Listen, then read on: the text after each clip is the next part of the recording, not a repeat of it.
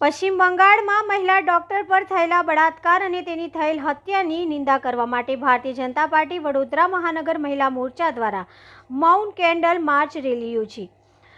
પશ્ચિમ બંગાળમાં મહિલા તબીબી સાથે થયેલી ક્રૂરતા તથા 15મી ઓગસ્ટે હોસ્પિટલમાં ધમાલી ટોળા દ્વારા સબૂતો ગાયબ કરવા માટે કરાયેલી તોડફોડ બાબતે વડોદરામાં આક્રોશ જોવા મળ્યો હતો, જેમાં ભારતીય જનતા પાર્ટી વડોદરા મહાનગર મહિલા મોરચાની તમામ મહિલાઓ ગાંધીનગર ગૃહ ખાતે એકત્રિત થઈને વી વોન્ટ જસ્ટિસના સૂત્રોચ્ચાર કર્યા હતા અને પીડિતાને ન્યાય મળે તે માટે મૌન કેન્ડલ માર્ચ રેલી યોજી હતી। પશ્ચિમ બંગાળમાં મહિલા ડોક્ટરની દુષ્કર્મ બાદ ક્રૂરતાપૂર્વક હત્યા કરી નાખવામાં બર્બરતાએ આખા દેશને હચમચાવી મૂક્યો છે।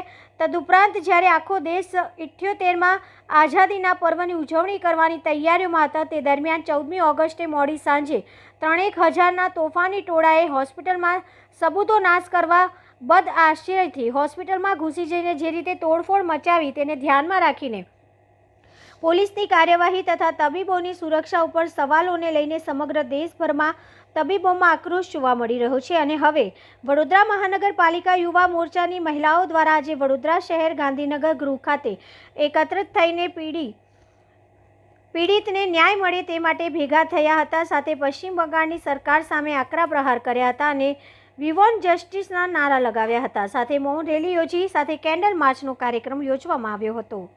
જે એક લેડીઝ ડૉક્ટર હતી એની ક્રૂર હત્યા બી થઈ, એની ઉપર રેપ બી થયો।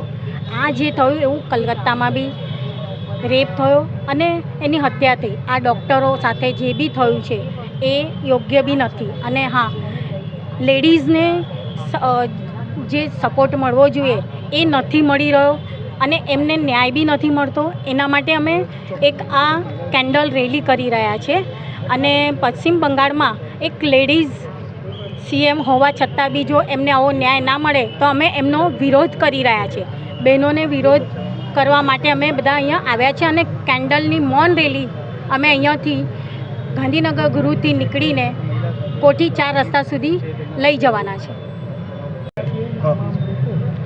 પશ્ચિમ બંગાળના કોલકાતામાં આરજી હોસ્પિટલમાં ગવર્મેન્ટ હોસ્પિટલમાં છે, ત્યાં ટ્રેની ડૉક્ટર દીકરી સાથે બળાત્કાર કરીને એનું મૃત્યુ એની મર્ડર કરવામાં આવ્યું છે તૈનાત સ્ટાફ દ્વારા।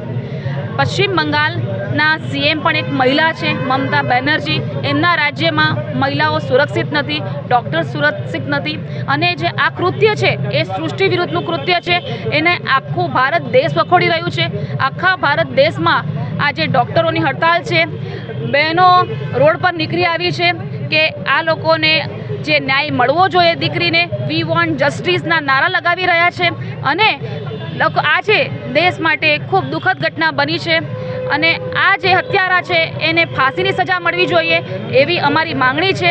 અને આજે વડોદરા મહાનગરપાલિકા મહિલા મોરચા દ્વારા આજે કેન્ડલ માર્ચ દ્વારા આજે એક કેન્ડલ માર્ચ કરીને અમે એક પ્રસ્થાન કરીશું અને એ દીકરીને સાચી શ્રદ્ધાંજલિ ત્યારે જ મળશે જ્યારે એના હત્યારાને સખતમાં સખત સજા મળશે, એને ફાંસીની સજા મળશે।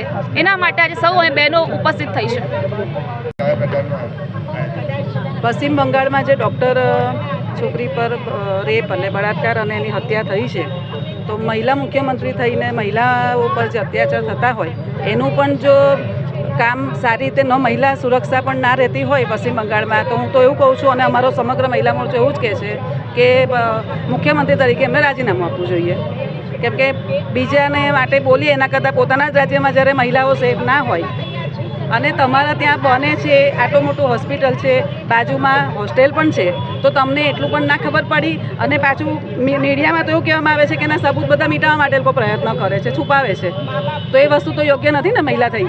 મહિલા થઈને આજે આવું છે, કાલે બીજી મહિલા સાથે એવું થશે, તો એના કરતાં બેસ્ટ છે કે બેન તમે રાજીનામું આપો ને, સક્ષમ ઉમેદવાર છે જ બીજા। અમે મહિલા મોરચા દ્વારા એનો સખત વિરોધ નોંધાવીએ છીએ અને વિરોધ પ્રદર્શન મૌન રેલી કરી ગાંધીનગર ગૃહથી કોઠી 4 રસ્તા સુધી કેન્ડલ માર્ચ લઈને મૌન રેલી રાખવાની છે।